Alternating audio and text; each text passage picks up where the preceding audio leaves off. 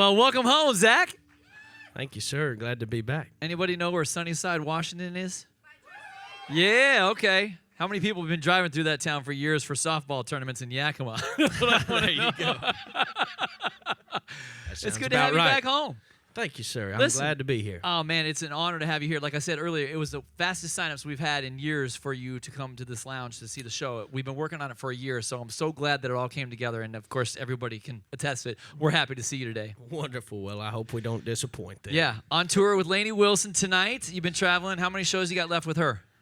16 or so, I think. Man, it's been a busy year for you. Oh, yeah. Crazy, crazy. Busier than a one-legged man in a butt-kicking contest. Yeah. Before we get too far into this, growing up in Eastern Washington, were you an Eastern Washington Eagles fan or were you a Cougs fan? A Cougars fan. Cougars fan. Okay. Yeah. Yeah.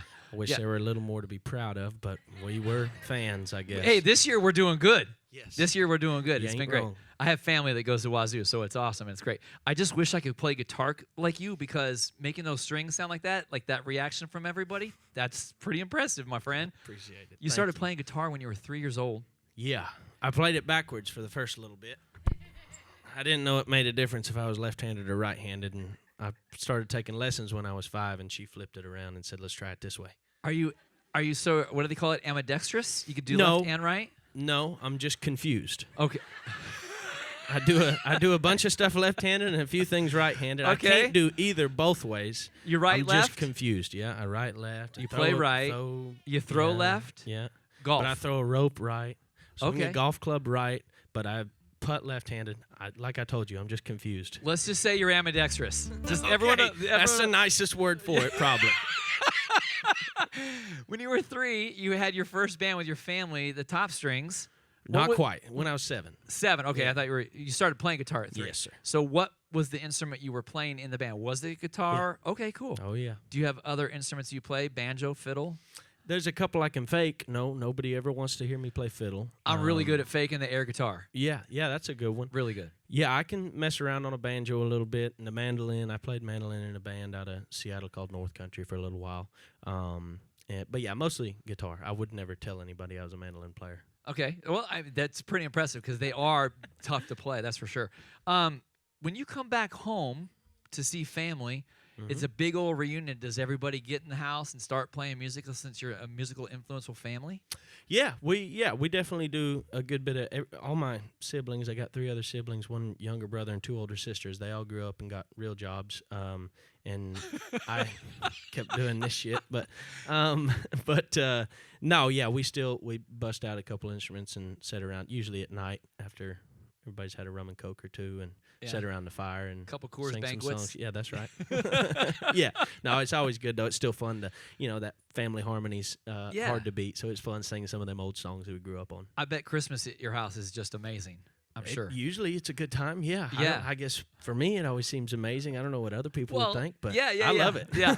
Have any of your siblings hey, man, I need a job. I want to work with you. I'll sell merch or do whatever. Are they traveling with you at all? My little brother come out with us 3 weeks ago or something. And he's been asking me for a job ever since. Oh, yeah. He's a proud. I guess it beats running around the sale yard. My big brother, Zach Top. They're like, yeah, sure, kid. I love it. That's awesome. That's great.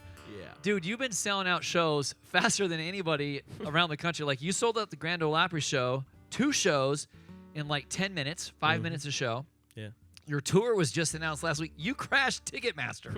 Yeah. It was so fast, right? Yeah, Taylor Swift too, right? It's crazy. Yeah. It's insane for you. It's got to be crazy I don't know to see that what happening. they're all thinking because they ain't seen my show yet, but... Well, hey, listen, I just saw you play the guitar, and what I heard from those girls upstairs, they're pretty impressed. So there's nothing wrong with that. No, it'll be wonderful. You got to come home, play the Watershed Music Festival. Yeah. That was a big thing for you, like a big bucket list thing for you, because you knew of the festival. It started, not as long as you've been born, but a couple years ago. Yeah. But to go back and home and play it, was it like the Super Bowl for you? You had to buy a bunch of tickets for family and friends to come watch you? No, I made them buy them. Okay, good.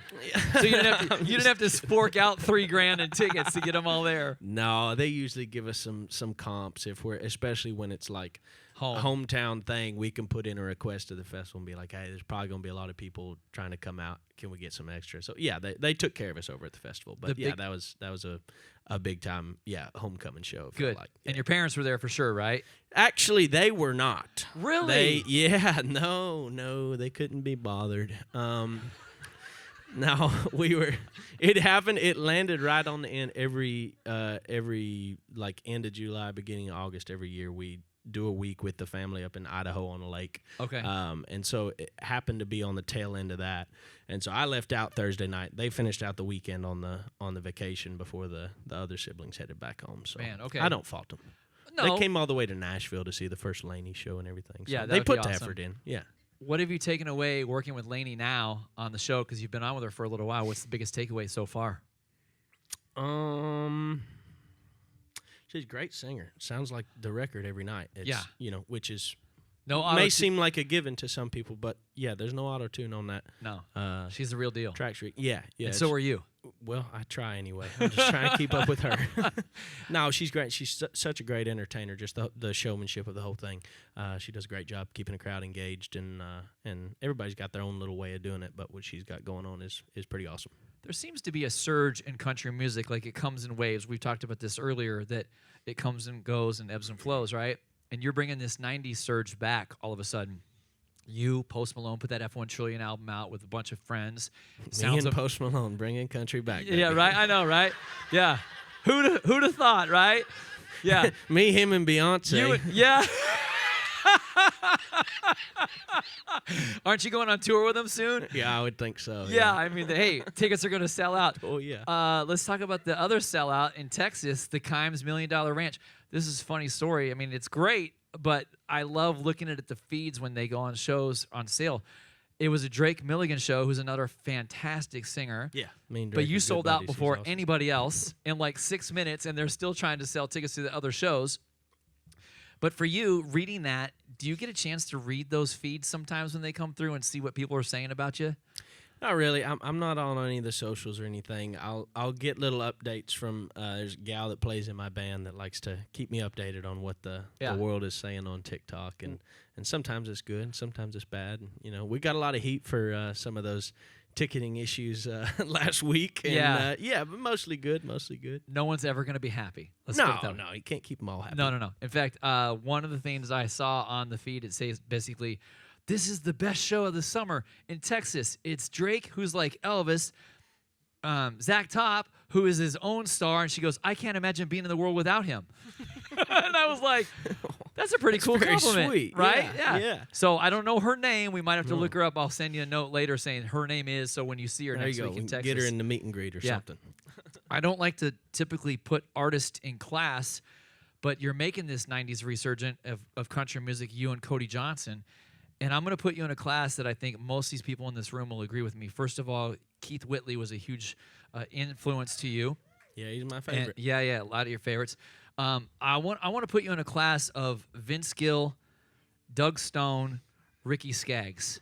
Hey, that's Because here's hoping. If it all works out Hey, like buddy. it did for them, I'll be happy. listen, Sounds Like the Radio and I Never Lie is off to a great start. Anybody have the album Cold Beer and Country Music? If you don't have it, make sure you get it. Trust me, you're going to love every song on it. And if you love 90s traditional country, you're going to hear Vince Gill, Ricky Skaggs, all from Zach Top. It's amazing. So you're in a great class. Knowing that and growing up in Nashville, because you worked with Keith Whitley's band manager, you guys reconnected in 2018 and got to work together. When you first got to Nashville, what was that like, and how did that come together? Of you guys like, these are the songs that I want. This is what I want to do for the first album. How'd that all collaborate together?